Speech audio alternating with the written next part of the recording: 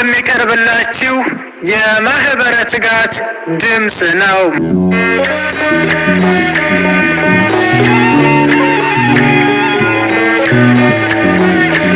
በስመ አብ ወወልድ ወመንፈስ ቅዱስ አሐዱ አምላክ አሜን። በኦርቶዶክሳዊት ተዋሕዶ ቤተክርስቲያናችን የበዓላት ቀኖና መሰረት ሰባተኛው የዐቢይ ጾም ሰንበት ኒቆዲሞስ ይባላል። በግሪክ ቋንቋ ኒቆዲሞስ ማለት አሸናፊነት ማለት ነው። በዚህ ሰንበት በዮሐንስ ወንጌል ምዕራፍ 3 ቁጥር 1 እስከ 21 እንደተገለጸው ጌታችን መድኃኒታችን ኢየሱስ ክርስቶስ ኒቆዲሞስ ለተባለ የይሁዳ አለቃ ያስተማረው ትምህርት እንዲሁም የኒቆዲሞስ አስተማሪ ስብዕና ይነበባል፣ ይተረጎማል፣ ይዜማል። ሊቁ ቅዱስ ያሬድ በጾመ ድጓ የሰባተኛ ሳምንት መንፈሳዊ ድርሰቱ የኒቆዲሞስን በዓል አስመልክቶ ሲዘምር ኒቆዲሞስ የተባለው ሰው ወደ ጌታችን ኢየሱስ ሄደ። መምህር ሆይ ልታስተምር ከእግዚአብሔር አብ ዘንድ እንደመጣህ እናምንብሃለን አለው። ሰላም ጤና ይስጥልን ውድ አድማጮቻችን፣ ትጋት የአባ ዮሐንስ የመንፈስ ቅዱስ ፍሬዎች እንደምን ሰነበታችሁ? የእግዚአብሔር ሰላም በያለንበት ከሁላችንም ጋር ይሁን አሜን። ይህ በዕለተ ሮብ ተዘጋጅቶ ለእናንተ የሚቀርብላችሁ ሳምንታዊ መንፈሳዊ የዜና መርሃ ግብራችን ነው። በዛሬው የዜና ተታችን የዐቢይ ጾም ሰባተኛ ሳምንት ኒቆዲሞስ ማን ነው በሚል ይዘንላችሁ ቀርበናል። ከዜናው ጋር አብረናችሁ ቆይታ የምናደርገው እህታችን ቃል ኪዳን ወለተ ሥላሴና እኔም ወንድማችሁ ለገሰ በጋራ በመሆን ነው። እስከ መርሃ ግብራችን ፍጻሜ አብራችሁን እንድትቆዩ እየጋበዝኩ ወደ ዝርዝር ዜናው አልፋለሁ። ከላይ እንደተገለጸው የአንበሳ ደቦል ተኛ አንቀላፋህም በትንሣኤ አንሳይ ብሏል። ይህም መድኃኒታችን ኢየሱስ ክርስቶስ ለኒቆዲሞስ ያስተማረውን ትምህርት የሚያመሰጥር ድንቅ ዜማ ነው። የዚህች አጭር አስተምህሮ ጦማር ዓላማም ከኒቆዲሞስ ሕይወት መማር እንችል ዘንድ የኒቆዲሞስን ጠንካራ ስብዕናና መንፈሳዊነት የሚያሳዩ መገለጫዎችን መተንተንና እኛም አርአያውን እንድንከተል መምከር ነው። በዚህም መሰረት ከኒቆዲሞስ ሕይወት የምንማራቸው ቁም ነገሮችም እንደሚከተለው ቀርበዋል። ኒቆዲሞስ ፈሪሳዊ ብቻ ሳይሆን የፈሪሳውያን አለቃ፣ የኦሪት መምህር ብቻ ሳይሆን የኦሪት ምሁርም ነበር። በእርሱ ደረጃ የነበሩ ታላላቅ የአይሁድ ምሁራን መንፈሳዊ ስልጣናቸውና ሹመታቸው የእግዚአብሔር ስጦታ መሆኑን ረስተው በሕዝቡ ላይ የሚመጻደቁ ነበሩ። በዘመናቸው ዕውቀትን የሚገልጽ እውነተኛ አምላክ የካህናት አለቃ ኢየሱስ ክርስቶስ ለቤዛ ዓለም ሲገለጥ የአይሁድ ምሁራን የጌታን መገለጥ አልወደዱትም። የእርሱ ትሕትና የእነርሱን ትዕቢት የሚያጋልጥ ነበርና ወደ ጌታችን ኢየሱስ ክርስቶስ የሚሄዱትን ሁሉ ይነቅፉ ይቀስሱ ነበር። ባለማወቅ ያደነደኑት የትዕቢት ልቦና ትምህርታቸውን አስቶባቸው ነበርና ዝቅ ብሎ በሰው ዘንድ በተናቁት በናዝሬትና በገሊላ እየተመላለሰ የሚያስተምር የዓለም ቤዛ የክርስቶስን ትምህርት እንዳይሰሙ ልባቸው ተዘግቶ ነበር። ጌታችንም የፈሪሳውያን ሐሳባቸው በግብዝነት የተመላና ከንቱ እንደሆነ ነግሯቸዋል። ለደቀ መዛሙርቱም ከጻፎችና ከፈሪሳውያን ጽድቅ የሚበልጥ ስራን እንዲሰሩ አስጠንቅቋቸዋል። የማቴዎስ ወንጌል ምዕራፍ 5 ቁጥር 20፣ የማቴዎስ ወንጌል ምዕራፍ 16 ቁጥር 6። ኒቆዲሞስ ግን ከነዚህ ከፈሪሳውያን መካከል የተገኘ ልዩ ምሁር ኦሪት ነበር። ኒቆዲሞስ ራሱን ለእውነት ልቡን ለእምነት አዘጋጅቶ ከሁሉ ቀድሞ በሌሊት ክርስቶስን ፍለጋ የመጣ ከነዚህ ፈሪሳውያን ወገን የተለይቶ እንደ አባታችን አብርሃም ወደ ጽድቅ መንገድ የተጠራ ነው። ሹመት እያለው ሁሉ ሳይጎልበት በዙሪያው የነበሩት ከእኛ በላይ ማን አዋቂ አለ በሚሉ ከእውነት ጋር እየተጣሉ ጌታችንን የሚያሳድዱ በእርሱም የሚቀኑና ጌታችንንም ለመግደልም ዕለት ዕለት የሚመክሩ ሆነው ሳለ ኒቆዲሞስ ግን እውነትን ለማወቅ እርቅናው ሳይታሰበው ከአካባቢው ጋር መመሳሰልን ሳይመርጥ ራሱን ዝቅ አድርጎ ከጌታችን መድኃኒታችን ኢየሱስ ክርስቶስ ዘንድ ሊማር በሌሊት መጣ። መመረጥና ጌታችን ኢየሱስ ክርስቶስም የኒቆዲሞስን ትሕትናውን ተቀብሎ ለምን በቀን አትመጣም ሳይለው እስከ ዓለም ፍጻሜ ድረስ ትውልድ ሁሉ የሚማርበትን ረቂቁን ምስጢረ ጥምቀትን አስተማረው። ኒቆዲሞስ ዳግመኛ የመወለድን ምስጢርን ለማወቅ ልቦናውን ከፍ ከፍ አደረገ። ለስጋዊ ሕይወታችን ዕውቀት እንደሚያስፈልገን ሁሉ ነፍስም መንፈሳዊ ዕውቀት ያስፈልጋታል። መጽሐፈ ምሳሌ ምዕራፍ 19 ቁጥር 2። ኒቆዲሞስ በመጀመሪያ የጥምቀትን ነገር ሲሰማ ለመቀበል ተቸግሮ ነበር። ጌታችን ግን የኒቆዲሞስን አመጣጥ በማየት ልቦናውን ከፍ ከፍ ስላደረገ ምስጢረ ጥምቀትን ገለጸለት። ሊቁ ቅዱስ ኤጲፋንዮስ በሥርዓተ ቅዳሴ ምዕመናንን በማነቃቃት ልቦናቸውን ከፍ እንዲያደርጉ ልቦናቸውን ከፍ ከፍ አድርጉ ብሎ የሚያዘው ምዕመናን የቅዱስ ሥጋውንና የክቡር ደሙ ምስጢር እንዲገለጽልን ከሥጋዊው መብል ሐሳብ ወደ ሰማያዊ መብል ልቦናችንን እንድናነሳ ሲያሳስበን ነው። ምዕመናንም በጸሎተ ቅዳሴ ካህኑ የቅዱስ ኤጲፋንዮስን ትእዛዝ ሲያሰማ በአምላካችን በእግዚአብሔር ዘንድ አለን በማለት እንመልሳለን።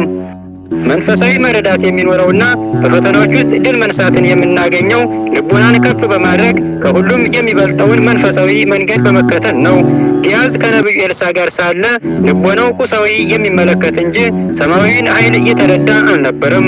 ነቢዩ ኤልሳዕ ግን ይህንን ምስጢር እንዲያይገለጸለት ሁለተኛ ነገሥት ምዕራፍ 6 ቁጥር 17 እኛም ክርስቲያኖች በጸጋ የተሰጡንን ስጦታዎቻችንን እንድናውቅ ልቦናችንን ከፍ ከፍ አድርገን በመንፈሳዊ ዕውቀትና ልዕልና የእግዚአብሔርን ፍቃድ በመረዳት እንዴት በጽድቅ መመላለስ እንደሚገባና ስለምንወርሳት መንግሥተ ሰማይ መማር ማወቅ ይገባናል።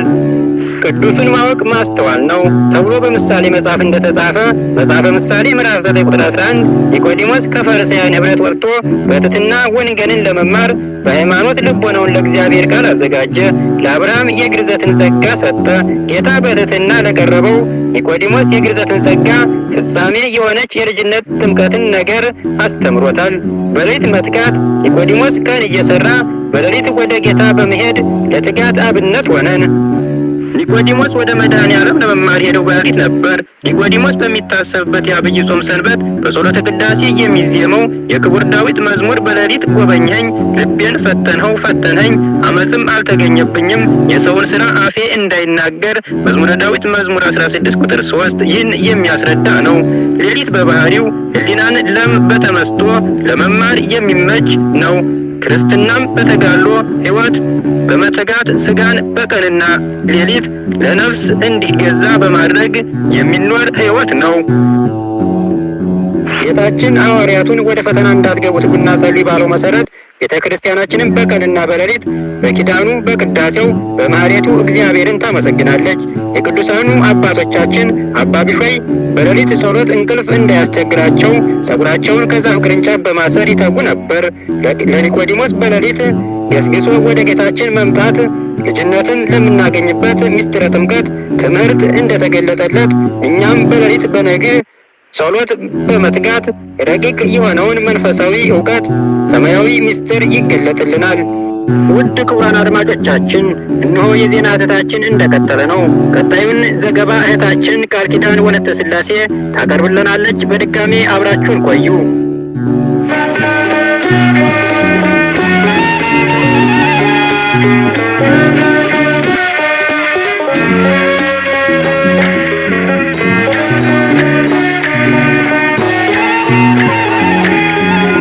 ጌታችን መድኃኒታችን ኢየሱስ ክርስቶስ እኔ ለእውነት ለመመስከር መጥቻለሁ በማለት እውነትን እንድንመሰክር አብነት ሆኖናል። የዮሐንስ ወንጌል ምዕራፍ 18 ቁጥር 37። በተጨማሪም በሰው ፊት ለሚመሰክርልኝ ሁሉ እኔ ደግሞ በሰማያት ባለ አባቴ ፊት እመሰክርለታለሁ፣ በሰው ፊት የሚክደኝን ሁሉ ደግሞ በሰማያት ባለ አባቴ ፊት እክደዋለሁ ሲል ስለ ሃይማኖታችን እውነትን መመስከር እንደሚገባን አስተምሮናል። የማቴዎስ ወንጌል ምዕራፍ 10 ቁጥር 32 እስከ 33። እንዲሁም ለኒቆዲሞስ ሲያስተምረውም እውነት እውነት እልሃለሁ የምናውቀውን እንናገራለን ያየነውንም እንመሰክራለን በማለት ለእውነት መመስከር እንደሚገባ አስገንዝቦታል። የዮሐንስ ወንጌል ምዕራፍ 3 ቁጥር 11። ይህንን ቃል ከራሱ ጋር በማዋሃድ የአይሁድ የፋሲካ በዓል በቀረበበት ወቅት ጻፎችና የካህናት አለቆች ጌታን ለመያዝ የሙሴን ሕግ አጣምመው ሊያስፈርዱበት በሚጥሩበት ጊዜ ኒቆዲሞስ የእውነት ምስክርነቱን አረጋገጠ። የሙሴ ፈጣሪ መሆኑን ባለማወቃቸው ምክንያት የካህናት አለቆች ተሰብስበው ክርስቶስን ለመያዝ ሲመካከሩ ከሙሴ መጽሐፍ ሕግ ጠቅሶ ሊቃውንተ ኦሪትን አፍ ያስያዛቸው እርሱ ኒቆዲሞስ ነበር። በዚህም የተነሳ ሳይስማሙ ወደ ቤታቸው እንዲበታተኑ ምክንያት የሆነ ታላቅ ሰው ነው። ዮሐንስ ወንጌላዊ ይህንን የኒቆዲሞስን ምስክርነት ከእነርሱ አንዱ በሌሊት ቀድሞ ወደ እርሱ መጥቶ የነበረ ኒቆዲሞስ ሕጋችን አስቀድሞ ከእርሱ ሳይሰማ ምንስ እንዳደረገ ሳያውቅ በሰው ይፈርዳልን? አላቸው። እነርሱም መለሱና አንተም ደግሞ ከገሊላ ነህን? ነቢይ ከገሊላ እንዳይነሳ መርምርና አሳይ አሉት። እያንዳንዱም ወደ ቤቱ ሄደ በማለት ገልጾታል። የዮሐንስ ወንጌል ምዕራፍ 7 ቁጥር 50 እስከ 52። ኒቆዲሞስ ያለ ፍርሃትና ያለ ኀፍረት በካህናት ፊት እውነትን መስክሯል። እውነትንና ፀሐይን ፈርቶ የትም መድረስ አይቻልም። ካህናቱም መጽሐፍ ጠቅሶ እውነትን ተናግሮ አሳፍሯቸዋል። በመሪዎች ፊት፣ በታላላቅ ሰዎች ፊት እውነትን መመስከር ክርስትናችን የሚያስገድደን ቁም ነገር ነው። የሉቃስ ወንጌል ምዕራፍ 12 ቁጥር 8። ቤተ ክርስቲያን ሰማዕታት እያለች የምትዘክራቸው ቅዱሳን በሙሉ ለእውነት ብለው ራሳቸውን ለክርስቶስ አሳልፈው እየሰጡ ናቸው። በፍርሃትና በኀፍረት በይሉኝታና በሐዘኔታ እውነትን አለመመስከር በክርስቶስ ፊት ያስጠይቃል እንጂ አያስመሰግንም። የማቴዎስ ወንጌል ምዕራፍ 10 ቁጥር 32 ሐዋርያው ለእውነት እንጂ በእውነት ላይ ምንም ማድረግ አንችልም እንዳለ እኛም እንደ ኒቆዲሞስ የእውነት ምስክሮች እንሁን። ሁለተኛ ቆሮንቶስ ምዕራፍ 13 ቁጥር 8። ጽና ሃይማኖት በሃይማኖት መጽናት። ኒቆዲሞስ እስከ መጨረሻው በመጽናት ለታላቅ ክብር በቃ። በጌታችን ትምህርት ተስበው ተአምራቱን በማየት ከተከተሉት ሰዎች ውስጥ በቀራንዮ የተገኙት ጥቂት ናቸው። ከእነዚህ አንዱ ኒቆዲሞስ ነበር። ቀራንዮ የምግበ ነፍስ ቦታ ናትና ኒቆዲሞስም ፈተናን ሳይሰቀቅ እስከ መጨረሻው የጸና ጻድቅ ነው። የክርስትና አገልግሎት ሲመቸን የምንሳተፍበት፣ ፈተና ሲበዛ የምንሸሽበት አይደለም።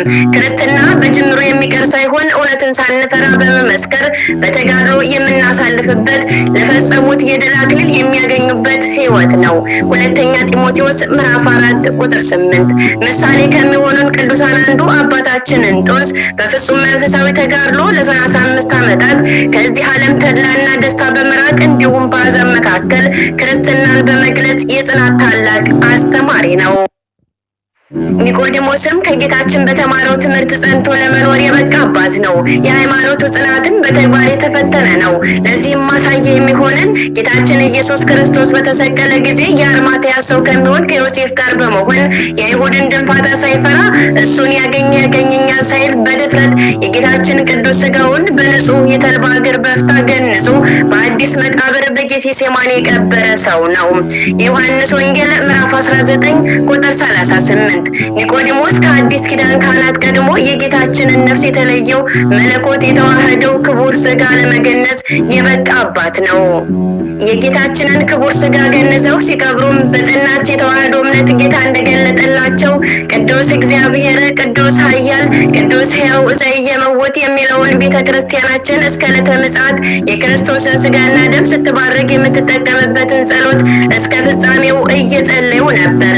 በዚህም ኒቆዲሞስ ከአዲስ ኪዳን ካህናት ቀድሞ ምስጢረ ጥምቀትን ከጌታ እንደተማረ የአዲስ ኪዳንን ምስጢራት አክሊል፣ ምስጢረ ቁርባንንም እንዲሁ የተማረ፣ ይህንንም በሚመለከት ሊቁ አባ ሕርያቆስ በቅዳሴ ማርያም ድርሰቱ አብሮት ይቀድስ የነበረውን ንፍቅ ካህን በባረከበት አንቀጽ በዚህ ምስጢር እየተራዳኝ ከኔ ጋር ያለ ይህንን ካህን እርሱንም እኔንም ሥጋህን እንደገነዙት እንደ ዮሴፍና እንደ ኒቆዲሞስ አድርገን ቅዳሴ ማርያም ቁጥር 115 ብሏል።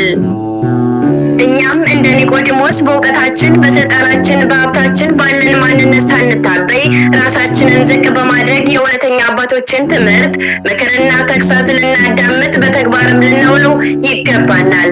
የያዝነውን እምነት በማጠንከር በሃይማኖት ልብ የቤተ ክርስቲያንን ምስጢራት በትህትና ለመሳተፍ ልቦናችንን ከፍ ከፍ ማድረግ ይጠበቅብናል። ምድራዊ አመክንዮ ሳያሰናክለን በቀንና በሌሊት ወደ አማናዊት የክርስቶስ ቤተ ክርስቲያን ለምስጋና መሄድ ይኖርብናል። እውነትን በማድረግ ሕይወት የሚገኝበትን ቃል እግዚአብሔርን ያለ ፍርሃትና ያለ ኀፍረት ልንመሰክር ያስፈልጋል። ክርስትና ምድራዊ ስጦታና ተአምራት በሚገለጥበት በገሊላ ባህር አጠገብ ብቻ ሳይሆን መከራና ስቃዩ ባለበት በቀራንዮ መገኘት ይጠይቀናል።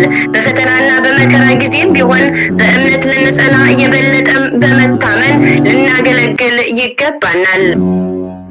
ውድ አድማጮቻችን፣ ትጋት የአባ ዮሐንስ የመንፈስ ቅዱስ ፍሬዎች የተዋህዶ ልጆች ሆይ እነሆ የዜና ሀተታችን 6ኛ ሳምንት ኒቆዲሞስ ከሚል ብዙ ትምህርት እንዳገኛችሁበት ተስፋ እናደርጋለን። ከኒቆዲሞስ ሕይወት ተምረን በሃይማኖት እንድንጸና የአባቶቻችን አምላክ ልዑል እግዚአብሔር ይርዳን። አሜን። ቅንነት፣ የዋህነት፣ ታታሪነት፣ በሌሊት መትጋትንና ስለ እውነት ለመመስከር ዋጋ መክፈልን እንማር። ይህ የዛሬው መልእክታችን ነው። ሰላም ወስብሐት ለእግዚአብሔር ወለወላዲቱ ድንግል ወለመስቀሉ ክቡር አሜን።